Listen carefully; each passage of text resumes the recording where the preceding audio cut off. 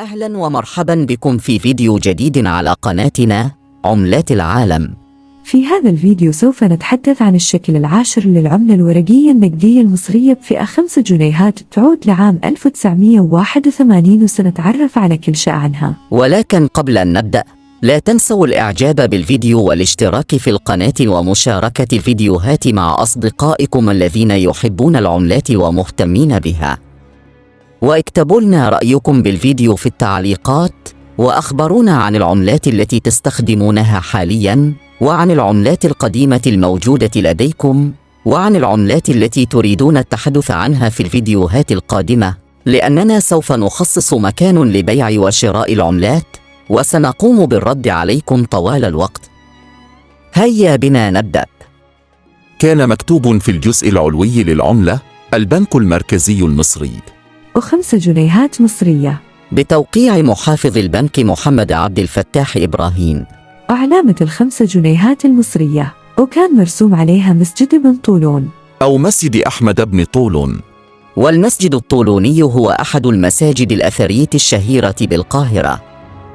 أمر ببنائه أحمد بن طولون مؤسس الدولة الطولونية سنة 877 ميلادياً بمدينته الجديدة القطائع، ليصبح ثالث مسجد جامع بني في عاصمة مصر الإسلامية بعد جامع عمرو بن العاص الذي بني في الفسطاط، وجامع العسكر الذي بني في مدينة العسكر. ورغم أن مسجد عمرو وبن العاص لا يزال موجوداً، إلى أن المسجد لطولون يعد أقدم مساجد مصر القائمة حتى الآن لا حتفظها بحالته الأصلية، بلا مقارنة مع مسجد عمرو بن العاص الذي توالت عليه الإصلاحات التي غيرت معالمه. شيد المسجد فوق ربو صخرية كانت تعرف بجبل يشكر، ويعتبر من المساجد المعلقة، وهو أحد أكبر مساجد مصر، حيث تبلغ مساحته مع الزيادات الخارجية حوالي 6.5 فدان، وقد بني على شكل مربع مستلهم من طرز المساجد العباسية، وخاصة مسجد سامراء بالعراق الذي استلهم منه المنار الملوي. يقع المسجد حالياً ميدان أحمد بن طولون بحي السيدة زينب التابع للمنطقة الجنوبية بالقاهرة، ويجاور سوره الغربي مسجد صرغطمش الناصري، فيما يجاور سوره الشرقي متحف جايور أندرسون. وفي الوجه الخلفي للعملة ظهر عليها في المنتصف حبي، وهو واحد من أبناء حورس الأربعة المرتبطين بالأواني الكانوبية وحفظ أحشاء المتوفى عند تحنيطه. وحابة هو إله النيل عند الفراعنة المصريين القدماء، ومعناه السعيد أو جالب السعادة. تقول كثير من الكتب الموثوق بها أن النيل إله يدعى حاب، غير أنه للنيل الجغرافي اسم آخر النهر وهو ترو، ولو راعينا الدقة أكثر فإن النهر العظيم ترو ومنها ظهرت كلمة ترعى.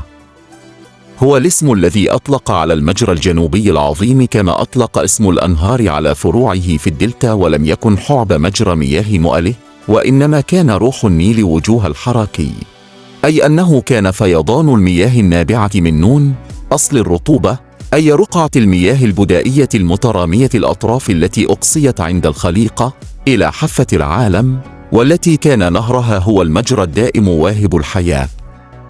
وكان الفيضان هو مجيء حعب، وكانوا يصورونه على هيئه شخص بدين منبعج البطن ذي ثديين متدليين، ولونوه بلون أخضر وأزرق، أي بلون مياه الفيضان، وكان عالي الجسم طويل الشعر أشبه بصياد السمك في المستنقعات.